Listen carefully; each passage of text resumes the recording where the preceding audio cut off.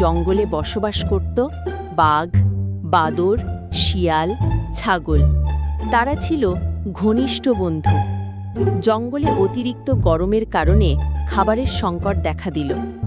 একদিন বাঘ তার সকল বন্ধুদেরকে বলতে লাগল, বন্ধুরা, জঙ্গলে খুব খাবারের সংকট দেখা দিচ্ছে। খাবার কোথাও মন মতো খাবার পাওয়া যাচ্ছে না। তাই আমরা সবাই একসঙ্গে খাবার জোগাড় করতে যাব। তোমরা সবাই কি বলো, যাবে খাবার জোগাড় করতে? কি বলো বাঘ ভাই, কেন যাব না? এইটা তো আনন্দের কথা।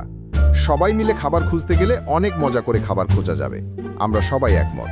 তারপরে 4 বন্ধু মিলে খাবার খুঁজতে যেতে লাগলো। অনেক খোঁজাখুঁজির পরে বাদর একটা আপেল গাছ দেখতে পেল। বাদর আপেল গাছ থেকে কিছু আপেল নিয়ে তার বন্ধুর কাছে গেল। সবাই মিলে আপেলগুলো মজা করে খাচ্ছিল।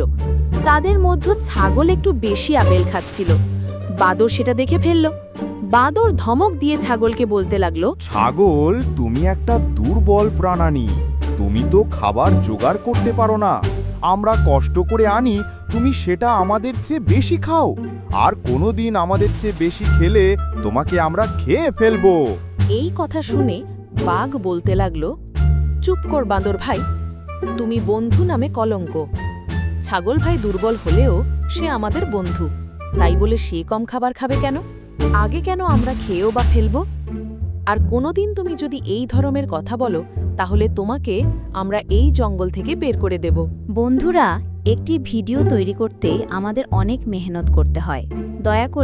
দয়া করে আমাদের চ্যানেলটি সাবস্ক্রাইব করুন এবং নতুন নতুন ভিডিও পেতে নোটিফিকেশনটি অন করে রাখুন, যাতে করে নতুন ভিডিও আমাদের চ্যানেলে আপলোড করার সাথে সাথেই আপনি পেয়ে যান।